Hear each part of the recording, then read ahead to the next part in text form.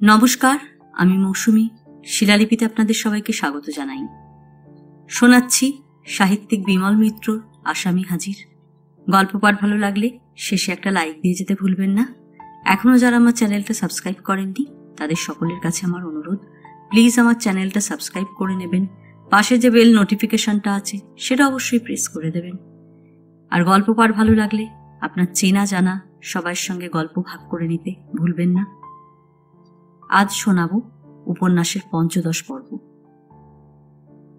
কালীগঞ্জের বউ যে একদিন কর্তাবাবুকে নির্বংশ হবার অভিশাপ দিয়ে গিয়েছিল, সে কথাটা এখন কাউকে না বলাই ভালো। ওটা চাপা থাক, ওটা আর কারো মনে না থাকলেও শুধু কৈলাস গোমস্তারই মনে থাকুক। যে কথাটা মনে করলেও বুকটা কেঁপে ওঠে, সেটা তোমাদের কারো জানবার দরকার নেই। ১০,০০০ টাকা মাত্র। ১০,০০০ টাকার খেসারত দেবে কর্তাবাবুর নাতি। সেই খেসারত দেবার বৃত্তান্ত কাঞ্চন শেখরা নাই বা জানল। তা সত্যি কেষ্টনগর থেকে একদিন বেআই মশাইয়ের চিঠি এসেছিল। শ্রাদ্ধ শান্তি নির্বিঘ্নে চুকে গেছে। তিনি নিজেই নয়নতারাকে নিয়ে নবাবগঞ্জে আসছেন। কিন্তু এ আশা বড় মর্মান্তিক আশা। নিয়ম ছিল মেয়ের সন্তান না হলে বাবা মা কাউকেই বেআই বাড়িতে আসতে নেই। কিন্তু কি করা যাবে? আর কে আছে তাঁর? কার সঙ্গে পাঠাবেন মেয়েকে? নয়নতারা বলেছিল, বাবা, এত তাড়াতাড়ি কেন আমাকে পাঠাচ্ছ? আর কিছুদিন না হয় তোমার কাছে থাকি। আমি চলে গেলে কে তোমার দেখাশোনা করবে? কালীকান্ত ভট্টাচার্য মশাইয়ের কিন্তু অনেক সহ্য ক্ষমতা। পাছে মেয়ের কান্না পায়, তাই স্ত্রী বিয়োগের শোকে মেয়ের সামনে নিজেও কোনোদিন কাঁদেননি। মেয়ের সামনে বলেছেন, তাতে কি হয়েছে মা? মানুষ কি চিরকাল বাঁচে? একদিন না একদিন তো তাকে যেতেই হয়। তোমার মাও তাই চলে গেছেন। এও এক অদ্ভুত পরিস্থিতি। কে কাকে সান্ত্বনা দেবে তার ঠিক নেই। মেয়ে বাবার মুখের দিকে চায়, আর বাবা চায় মেয়ের মুখের দিকে। তবু যে তিনি যাবার আগে মেয়ের বিয়ে দিয়ে যেতে পেরেছেন, এইটাই তার সান্ত্বনা। নইলে কি হতো বলো তো মা? ভট্টাচার্য মশাই বলেন, তুমি আমার জন্য ভেবো না মা। আমার ছাত্ররা রয়েছে, তারাই আমাকে দেখবে।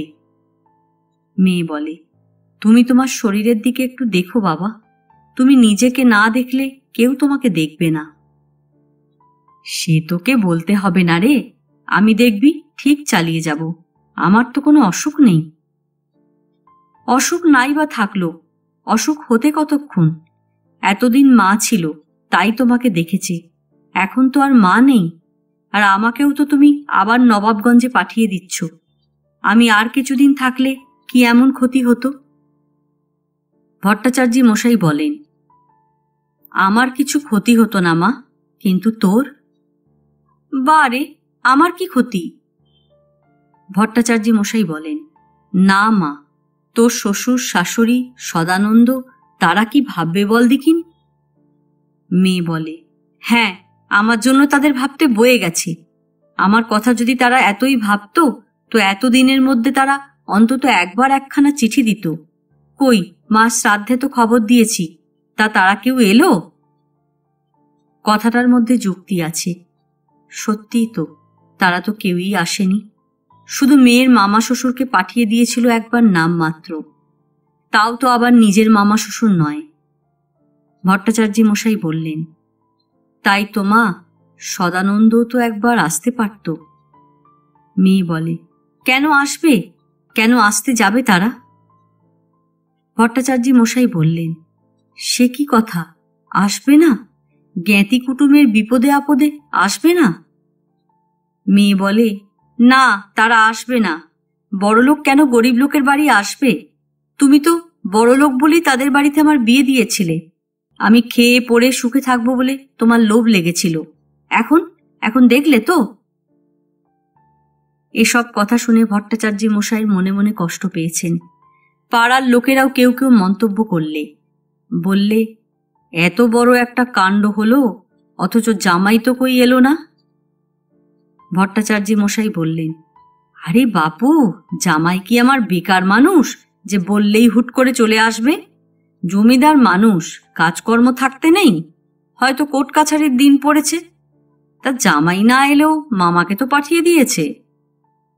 কিন্তু বেয়াই মশাই একবার আসতে পারতেন না? তোমরা বিশ্ব নিন্দুক, সবাই তোমরা বিশ্ব নিন্দুক হে। বেয়াই মশাইদের কত বড় জমিদারি, কত বড় তালুক, তা তোমরা জানো না? যদি জানো তো ওই বিপিন দাঁড়িয়ে রয়েছে, বিপিনকেই জিজ্ঞেস করো না। বিপিন ফুলশয্যার তত্ত্ব নিয়ে গিয়েছিল, ও দেখে এসেছে। 1000 লোক পাত পেরে কালিয়া পোলোয়া খেয়ে গিয়েছে। আর নয়নতারাও তো ছিল, ওকেও জিজ্ঞেস করো, ও দেখেছে। ওর শাশুড়ি কত বড় সীতা হাত দিয়েছে দেখেছ? ওজন করলে অন্তত 200 ভরি হবে। প্রশ্নকর্তারা 200 ভরি ওজনের কথা শুনে অবাক হয়ে যায়। বলে, না না, কি যে বলেন আপনি পণ্ডিত মশাই, 200 ভরির হার কখনো নয়। কখনো নয়? আচ্ছা, এক্ষুনি প্রমাণ করে দিচ্ছি। ও নয়ন, নয়ন বলে তখনই পাশের ঘরে চলে যান। একেবারে নয়নতারার সামনে গিয়ে দাঁড়ান। বলেন, হ্যাঁ রে, তোর শাশুড়ি যে হাটটা তোকে গায়ে হলুদে দিয়েছিল সেটার ওজন কত রে? 200 ভরি নয়? নিখিলেশ বলে কিনা 200 ভরি কখনো হতে পারে না। নয়নতারা বলে, আমি জানি না। জানি না মানে? তুই সে হাট দেখিসনি? তুই আয় না আমার সঙ্গে, একবার বাইরে আয়, ওদের বুঝিয়ে বলবি, আয় তো। নয়নতারা আর পারে না, বলে, তুমি চুপ করো তো বাবা, আমি বলতে পারবো না। আয় না মা, আয় না, একবার এলে তোর ক্ষতিটা কি? নয়নতারা শেষকালে অধৈর্য হয়ে ওঠে, বলে, তুমি যাও তো বাবা, আমি যেতে পারবো না, আমায় আর বিরক্ত করো না, তুমি যাও। বলে নিজের 2 হাতে নিজের মুখ ঢেকে ফেলে। কিন্তু মুখ ঢাকলেই কি আর মান ঢাকা যায়? যার নিজের মান ঢাকবার দায় পরের ওপর নির্ভরশীল, তার মান অপমানের দামই বা কতটুকুই বা তার দায়িত্ব?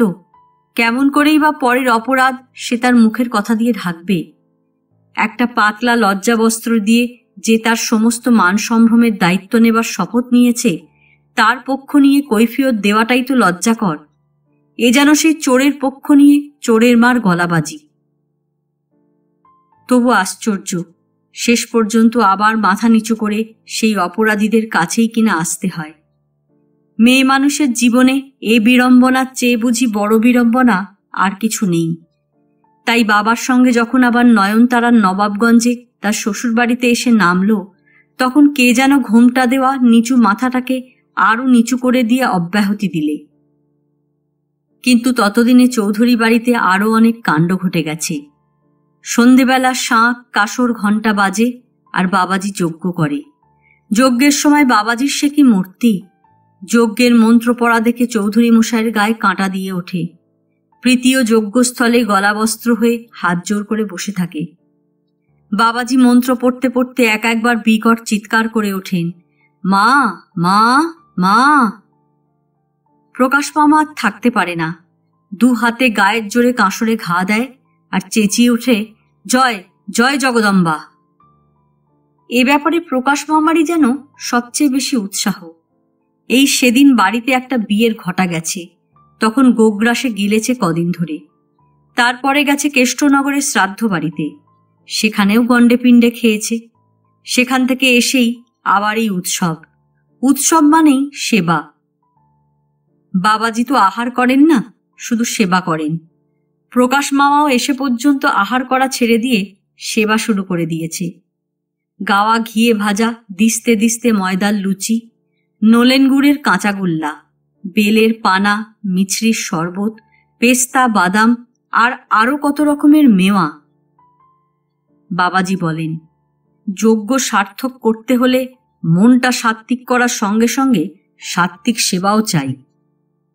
প্রকাশ মামা বলে, নিশ্চয়ই, সাত্ত্বিক সেবাই শ্রেষ্ঠ সেবা বাবাজি, ওতে মনটাও ভালো থাকে, পেটটাও তেমনি। এই সাত্ত্বিক সেবার সঙ্গে সঙ্গে প্রকাশ মামার পেটটা ভালো যাচ্ছিল বলে মনটাও বেশ উদার হয়ে উঠেছিল। সে বলতো, আপনি কিছু ভাববেন না জামাইবাবু, ও সদা এবার ঠিক হয়ে যাবে, দেখবেন একেবারে কেঁচোর মতন বইয়ের পায়ে লেপ্টে থাকবে। লেপ্টে থাকলেই ভালো। চৌধুরী মশাই সেই ভরসাতেই 2 হাতে টাকা খরচ করছেন। কাজকর্ম সব ছেড়ে ছুড়ে বাবাজির পায়ের ওপর পড়ে আছেন।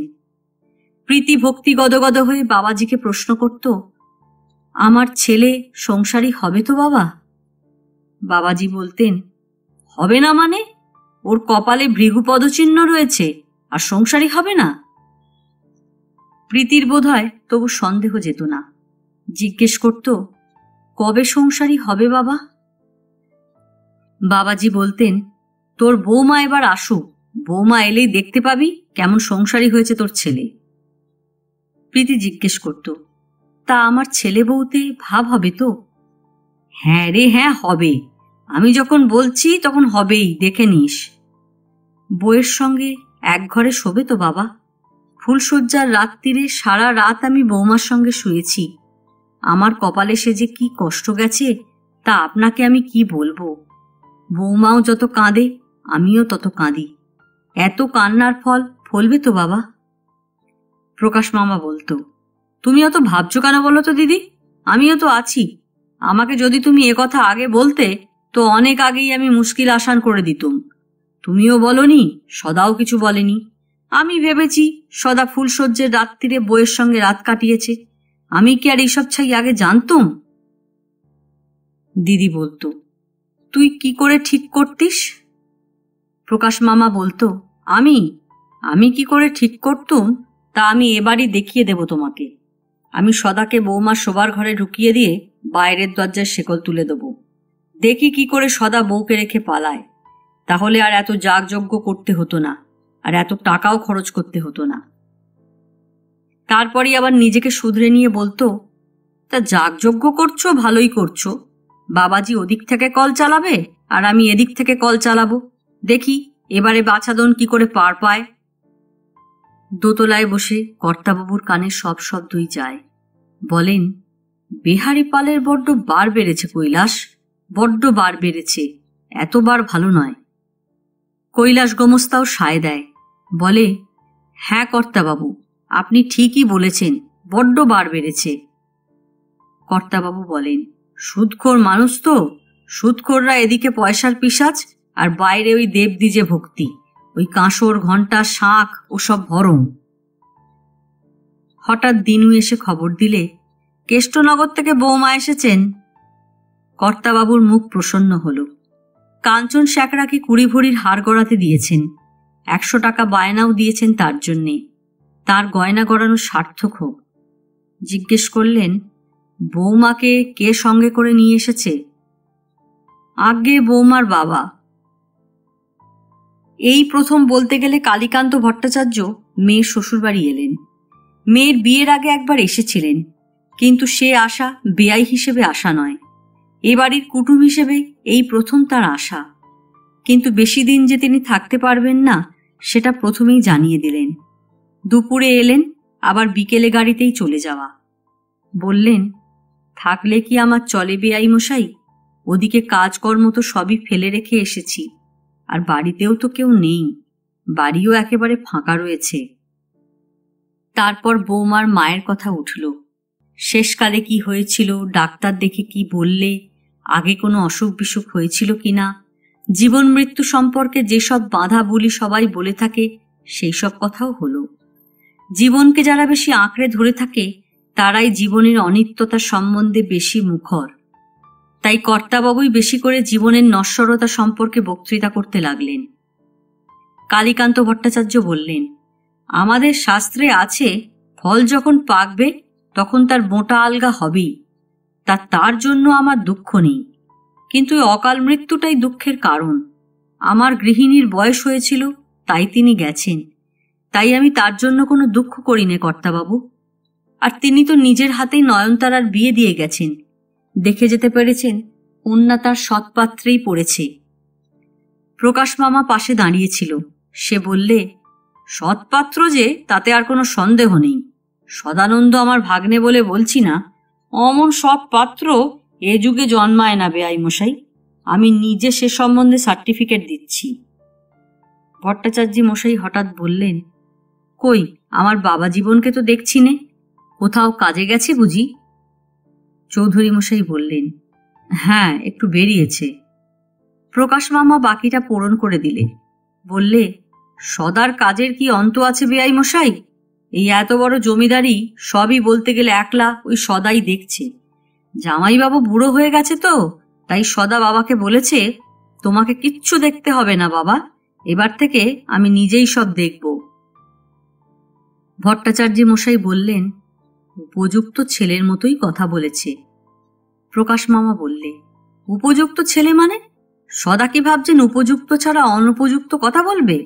বাপ ঠাকুরদার তেমন শিক্ষাই নয় বেয়াই মশাই। এই যে আমার জামাইবাবুকে দেখছেন, ইনিও বাপের উপযুক্ত ছেলে। এই এখনো এই বুড়ো বয়স পর্যন্ত জামাইবাবু বাপ বলতে অজ্ঞান। আপনার মেয়ের অনেক পুণ্যফল, তাই এমন বংশে পড়েছে। প্রকাশ মামা আবার একটু বলে উঠল, আর তাছাড়া এই আমার কথাই ধরুন না, আমি তো এ বংশের কেউ নই, কিন্তু সদা ঠিক আমার ক্যারেক্টারের ধাঁচ পেয়েছে। আমি পিতৃমাতৃভক্ত, সদাও পিতৃমাতৃভক্ত। আপনাদের সংস্কৃতে যে শ্লোক আছে না, নরানাং মাতুলক্রম, সদা একেবারেই হুবহু তাই। কথাটা বলে প্রকাশ মামা চৌধুরী মশাইয়ের দিকে চাইলে, বললে, কি বলেন জামাইবাবু, ঠিক বলিনি? কেউ তার কথায় সায় দিলে না দেখে তখন প্রকাশ মামা অন্য প্রসঙ্গ ওঠালো। বললে, তবে হ্যাঁ, একটা কথা, আপনি বেয়ানের শ্রাদ্ধে খাইয়েছিলেন বটে। বুঝলেন জামাইবাবু, অমন খাওয়া আমি বহুদিন খাইনি। আমি বোধহয় 2 ডজন সরভাজা খেয়েছি। আহ, কি সোয়াদ! কিন্তু এ কথাটাও কারো মনে গিয়ে দাগ কাটল না। ওদিকে ভট্টাচার্য মশাইয়েরও যাবার সময় হয়ে যাচ্ছিল। তিনি বললেন, এবার আমাকে উঠতে হবে বেয়াই মশাই। যাবার আগে একবার মেয়ের সঙ্গে দেখা করবেন। প্রকাশ মামা সে ব্যবস্থা করে দিলে। বেয়াই মশাইকে একেবারে অন্দরমহলে নিয়ে গেল। ভট্টাচার্য মশাই ঘরে ঢুকে চারিদিকে চেয়ে দেখলেন। বেশ সাজানো ঘর, আসবাবপত্রে মোড়া, দামি আয়না, দামি আলমারি, দামি চাদরে ঢাকা বালিশ বিছানা। তিনি নিজে ফুলশয্যার তত্ত্বের সঙ্গে যা পাঠিয়েছিলেন, তাছাড়াও আরো অনেক আসবাব দিয়েছে মেয়ের শ্বশুর শাশুড়ি। ভট্টাচার্য মশাইয়ের মনটা ভারী হয়ে উঠল। এসব কিছুই দেখে যেতে পারলে না নয়নতারার মা। মেয়ের এই সুখ, এই ঐশ্বর্য চোখে দেখতে পেলে তিনিও খুশি হতেন। বাবাকে দেখে নয়নতারা বিছানা থেকে নেমে এসে বাবার পায়ে হাত দিয়ে প্রণাম করে উঠে দাঁড়ালো। ভট্টাচার্য মশাই আশীর্বাদ করলেন, সুখে থাকো মা, স্বামীর সংসারে লক্ষ্মী হয়ে থাকো, মনে প্রাণে স্বামীর সেবা করো। মেয়ে মানুষের জীবনে এর চেয়ে বড় আশীর্বাদ আর নেই। নয়নতারার চোখ দিয়ে জল পড়ছিল। ভট্টাচার্য মশাই বললেন, কাঁদতে নেই মা। ছি, বাপ মা কারো চিরকাল থাকে না। তোমাকে সুখী দেখতে পেলেই আমাদের সুখ। তুমি মনে প্রাণে স্বামীর সংসার করো, তাই দেখেই তার স্বর্গত আত্মা সুখী হবে। তোমার দুঃখ কি মা? তোমার মতন স্বামী কজন পায় বলো তো? তাই এবার চলি। সদানন্দর সঙ্গে দেখা হলো না। শুনলাম যে সে নাকি মামলার কাজে রানাঘাটে গেছে। বাড়ি এলে তাকে বলে দিও মা যে আমি এসেছিলুম, তাকেও আশীর্বাদ করে গেছি। নয়নতারা আর একবার বাবার পায়ে প্রণাম করলে। ভট্টাচার্য মশাই আর দাঁড়ালেন না, ঘর থেকে বেরিয়ে গেলেন। মায়া জিনিসটা এমন যে তার যত বাড়াও ততই বেড়ে যায়। বাইরে গাড়ি দাঁড়িয়েছিল। চৌধুরী মশাই বললেন, আবার আসবেন বেয়াই মশাই? প্রকাশ মামা বলে উঠল, এবারের আশা ঠিক মনের মতো আশা হলো না বেয়াই মশাই। এবার এসে জামাইয়ের বাড়িতে রাত কাটিয়ে যেতে হবে কিন্তু। ভট্টাচার্য মশাইও ভদ্রতা করে বললেন, ওদিক পানে গেলে আপনারাও কিন্তু যাবেন, একবার পায়ের ধুলো দেবেন। প্রকাশ মামা বললে, আমাকে সে আর বলতে হবে না, নিশ্চয়ই যাব, নিশ্চয়ই যাব, গিয়ে আবার সরপুরিয়া সরবাজা খেয়ে আসবো। আর তারপর দুর্গা দুর্গা বলে যাত্রা। গাড়ি ছেড়ে দিল রজবালি। আবার সেই রাত, ফুলশয্যার সেই অমোঘ রাতটার পর এই দ্বিতীয়বার নয়নতারা আবার একবার রাত কাটাবে এই ঘরে।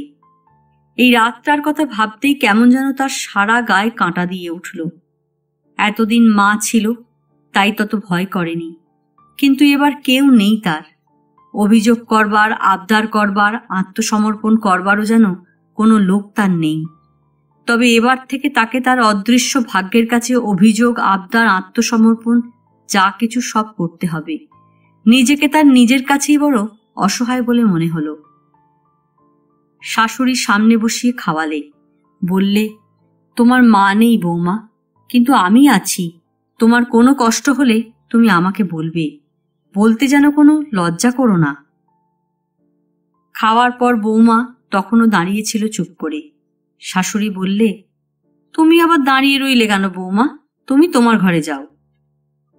নয়নতারা বললে, আপনাদের কারো যে খাওয়া হয়নি মা। আমাদের খাওয়া হোক না হোক, তুমি বাচ্চা মেয়ে, বসে থাকবে কেন? তুমি এত দূর থেকে এলে, এত ধকল গেছে তোমার শরীরে, তুমি তোমার ঘরে গিয়ে ঘুমিয়ে পড়োগে, যাও। নয়নতারা আস্তে আস্তে নিজের ঘরে গিয়ে ঢুকলো। ঢুকে চারপাশের জানালার পাল্লা বন্ধ করে দিলে। বিছানার ওপর মাথার বালিশ, দুটো পাশ বালিশ পাশাপাশি সাজানো। বাবা এতক্ষণ কেষ্টনগরের পথে ট্রেনে চড়ে চলেছে, হয়তো হয়তো নয়নতারার কথা ভুলেও গেছে বাবা। কেষ্টনগরে গিয়ে বাবা আবার হয়তো তার কাজের মধ্যে ডুবে যাবে। বাবার কি সময় কাটাবার অভাব? সকাল সন্ধে ছাত্ররা আসবে পড়া জানতে, তাদের সঙ্গে আলোচনা করতে করতেই কোথা দিয়ে বেলা পুইয়ে যাবে বাবা তা টেরও পাবে না। তখন খাওয়ার জন্য তাগাদা দিতে হবে। বাবা খেয়ে নিলে তো রান্নাঘর ধোয়া, এঁটো বাসন মাজা শেষ হবে। বাবা খেয়ে নিতে যত দেরি করবে, সংসারের কাজ শেষ হতে ততই দেরি হবে। বাবা কখনো নিজে সংসার দেখেনি, সব দেখতো মাই। নিজের হাতে সংসার করলে তবেই সংসারের জ্বালা মানুষ বুঝতে পারে, নইলে দূর থেকে হুকুম দিতে পারে সবাই। কাপড় ব্লাউজ বদলে নয়নতারা শুতে গিয়েও কেমন একটু দ্বিধাগ্রস্ত হলো। দরজায় খিল দিয়ে শোবে নাকি সে? কি করবে বুঝতে পারল না। ঘুমে চোখ জুড়িয়ে আসছে, মনে হচ্ছে এখনই বিছানায় গা এলিয়ে দেয়। হঠাৎ বাইরে থেকে শাশুড়ির গলা শোনা গেল, বৌমা তুমি ঘুমিয়ে পড়লে নাকি? নয়নতারা তাড়াতাড়ি দরজার কাছে এসে বললে, না মা। শাশুড়ি বললে, হ্যাঁ, তোমাকে তাই বলতে এলাম। তুমি এত দূর থেকে এসেছো, জেগে থাকবার দরকার নেই, কিন্তু দরজায় যেন খিল দিও না। কিছু ভয় ডর নেই এখানে। খোকা খেয়ে দে এই ঘরে শুতে আসবে। কথাটা শুনেই নয়নতারার বুকটা ছ্যাঁত করে উঠল। শাশুড়ি কথাটা বলে আবার তার নিজের কাজে চলে গেল। কিন্তু নয়নতারার মনের মধ্যে তার জের চলতে লাগলো অনেকক্ষণ ধরে। প্রকাশ মামা দিদির কাছে এসেছিল। জিজ্ঞেস করলে, কি হলো দিদি, বৌমা দরজা খুলে শুয়েছে? দিদি বললে, হ্যাঁ, পাছে দরজায় খিল দিয়ে দেয়, তাই বলে এলাম। তারপর যেন মনে পড়ল, জিজ্ঞেস করলে, খোকাকে পেলি? প্রকাশ মামা বললে, সেই তাকে খুঁজতেই তো গিয়েছিলুম, কোথাও নেই। বারোয়ারি তলায় গোপাল কেদার ওদের সঙ্গে দেখা হলো, সবাই তাস খেলছে। ওরা বললে সদা ওখানে অনেকক্ষণ ছিল, বসে বসে তাস খেলা দেখছিল। তারপর কখন কোথায় চলে গেছে তা কেউ টের পায়নি। তাহলে কোথায় গেল? প্রকাশ মামা বললে, তারপর বারোয়ারি তলা থেকে আমি ওদের যাত্রাপাটির ক্লাবে গিয়েছিলুম। সেখানে গিয়ে দেখি ওদের পাশানির রিহার্সাল চলছে। পুজোর সময় পাশানি প্লে হবে কিনা সেখানে গিয়েও জিজ্ঞেস করলুম। তারা বললে বাড়ির দিকে গেছে সদা। তাই ভাবলুম হয়তো বাড়ির দিকেই এসেছে সে। বাড়িতে এসে দেখি সে আসেনি। এখন কি করা যায় বলো দেখিনি, আমি তো মহাভাবনায় পড়লুম। প্রীতি বললে, বৌমা বাড়িতে এসেছে সে খবরটা তো সে পেয়েছে নাকি? সে খবর সে পাবে কি করে? যদি রাস্তায় কেউ গাড়ি দেখে থাকে তো সে হয়তো বলে দিয়েছে খোকাকে। প্রকাশ মামা কথাটা শুনে খানিকক্ষণ চুপ করে রইল। তারপর বললে, তাহলে আমাদের বাবাজি কি করছে? প্রীতি বললে, যখন বলেছে সব ঠিক হয়ে যাবে তখন নিশ্চয়ই হবে। আমি তো ওই ভরসাতেই আছি। যজ্ঞ হবে কবে? সে আমি কি করে বলবো, যেদিন বাবাজির আদেশ হবে। এই বাড়িতেই হবে তো? সেই রকমই তো কথা আছে। বাবাজি ততদিনে বেশ বহাল তবিয়তেই আছেন। সারা বাড়িতেই বাবাজির জন্য তোড়জোড় চলে সারাদিন। রেলবাজার থেকে ফুল ফুলুরি মিষ্টি আসে, বাড়িতে দুধ আছে, তার বেশিরভাগটাই ছানা তৈরি হয় বাবাজির জন্য। বাবাজি চাল, আটা, মাংস, ডিম কিছুই স্পর্শ করে না। বাবাজির কাছে শালগ্রাম শিলা আছে। তিনি সকালে সন্ধে সেই শালগ্রাম শিলার সামনে আরতি করেন। সেই আরতির জন্য গব্য, ঘৃত, চন্দন, দুগ্ধ, তুলসীপত্র, ফুল, বেলপাতা জোগাড় করতে হয়। গৌরী পিসি সারাদিন সেই সব তদারকিতেই থাকে। কর্তাবাবুর বাড়িতেই অনেক বিগ্রহ, সে বিগ্রহ নামে মাত্র। প্রত্যেক বিগ্রহের মাথা পিছু ৭৫ বিঘে জমি জমা বরাদ্দ। পূজারী ঠাকুর রোজ ফুল বেলপাতা চড়িয়ে নিয়ম করে পুজো করে যায়। তার জন্যে কোনোদিন কোনো ঘটাও হয়নি, উৎসবও হয়নি। সে পুজো কখন হলো তা নিয়ে কেউ মাথাও ঘামায়নি। তার জন্য বরাদ্দ ব্যবস্থা আছে। পূজারী ঠাকুর তার জন্য জমি পেয়েছে, পুরোপুরি সে পুজোর জিম্মাদারি তারই। কিন্তু এ আলাদা পুজো। বেহারিপালের বউ এসেও খানিকটা হাত চালায়, কখনো ফল কেটে দেয়, কখনো আরতির সময় গিয়ে হাজির থাকে। তারপর যখন আরতি হয়ে যায় তখন গলবস্ত্র হয়ে আর সকলের সঙ্গে প্রণাম করে। বাড়িতে যেতেই বেহারিপাল গিন্নিকে জিজ্ঞেস করে, আজকে কি হলো গো ওদের বাড়িতে? গিন্নি বলে, কি আবার হবে, ওই পুজো। বেনে মশলার দোকান করি বেহারিপালের অনেক বাড়তি পয়সা। সেই বাড়তি পয়সাতেই আবার মহাজনী কারবার চলে। ধান, পাট, তিসি, সর্ষের বদলে টাকা ধার দেয়। তবে মালের দরটা বাজারের থেকে কম। কিন্তু দর কম হলে কি হবে, অমন নগদ টাকা কে দেবে হাতে তুলে? কর্তাবাবু এককালে ওই কারবার করেছিলেন। তারপর যখন অনেক টাকা হয়ে গিয়েছিল তখন জমি কিনে ফেললেন সেই টাকায়। সুদের কারবারে ইজ্জত নেই তেমন। কর্তাবাবু তখন একটু ইজ্জতের দিকে ঝুঁকে পড়লেন। বেহারিপাল জিজ্ঞেস করে, তা হঠাৎ বাবাজিকে কোত্থেকে আমদানি করলে? হিমালয়ের সাধু রানাঘাটে এসেছিলেন কোন শিষ্যের বাড়িতে, সেখান থেকে নাকি চৌধুরী মশাই নিজের বাড়িতে এনে তুলেছেন। এবার যজ্ঞ হবে, তারপর সাধু আবার চলে যাবেন হিমালয়। তা সাধু বাবাজি কি করে সারাদিন? গিন্নি বলে, সাধু সন্ন্যাসীদের ব্যাপারে তুমি এমন তুচ্ছ তাচ্ছিল্য করো না। কার মনে কি আছে কে বলতে পারে। ভালো না করুক মন্দও তো করতে পারি। তখন আর আমার তো এতে পয়সা খরচ হচ্ছে না। বেহারিপাল বলে, ওসব কর্তাবাবুর বুঝরু কি, বুঝলে, যাকে বলে ভড়ং। ভেতরে ভেতরে কালীগঞ্জের হর্ষনাথ চক্রবর্তীর সব সম্পত্তি গ্রাস করে এখন বোধহয় পরকালের ভয় ঢুকেছে মনে। যাবে একদিন সব, এই তোমায় বলে রাখলুম আমি। সব যাবে। ওই নাতি ওদের বংশে পেল্লাদ হয়ে জন্মেছে, দৈত্যকুলে পেল্লাদ। কপিল পায়রা পোড়া, মানিক ঘোষ, ফটিক প্রামাণিক কি মিছিমিছি মরেছে বলতে চাও? তা বেহারিপাল যাই বলুক, তাতে কারোর কিছুই আসে যায় না। টাকা হলেই ওরকম পরস্পর হিংসা, ঈর্ষা, দেশ বিদ্বেষ থাকেই। তা নিয়ে মাথা ঘামালে সংসার চলে না। নইলে বাবাজিদেরই বা চলবে কেমন করে? তাদেরও তো খেয়ে পড়ে বেঁচে থাকা চাই। চৌধুরী মশাইয়ের সংসারে যদি শান্তিই থাকবে তো তাহলে কি আর বাবাজিকে বাড়িতে এনে এত খাতির করত কেউ? না দিনরাত তার সেবার জন্যে এত খরচান্তের আয়োজন অনুষ্ঠান হতো? বাবাজি এক একদিন এক এক ব্রত করেন। বলেন আজ ভূতাপসারণ দিগ্বন্ধন করবেন। সেটা কি? বাবাজি বলেন তার অর্থ এই, বাড়ির চৌহদ্দি থেকে ভূত প্রেত দূর করব। তাদের দৃষ্টি পড়েছে এ বাড়িতে। তাতে কি কি উপচার চাই? বাবাজি ফর্দ দেন। গঙ্গা জল, পুষ্প আর শ্বেত সর্ষপ, বেশি কিছু নয়। তারই ব্যবস্থা হলো। সবাই এসে জুটল। সত্যি যদি বাড়ির ওপর ভূত প্রেতের নজর পড়ে থাকে তো তা আগে দূর করতে হবে। যখন সব জোগাড় হলো তিনি দিগ্বন্ধন করতে করতে মন্ত্র পড়তে লাগলেন। ধূপধুনোর গন্ধে তখন চোখে অন্ধকার দেখছে সবাই। বাবাজি বলল, কাঁসর ঘণ্টা কই? প্রকাশ মামা কাঁসর নিয়ে ঝাঁই ঝাঁই করে বাজাতে লাগলো। আর একজন ঘণ্টা। বাবাজি চিৎকার করে মন্ত্র পড়তে লাগলেন, ওং অর্প সর্পন্তু তে ভূতা যে ভূতা ভুবি সংস্থিতা। আরো কি সব অদ্ভুত শব্দ উচ্চারণ করতে লাগলেন, তার মানে কেউ বুঝতে পারলে না। তা না পারুক, শব্দ যত দুর্বোধ্য হয় সকলের ভক্তি ততই বাড়ে।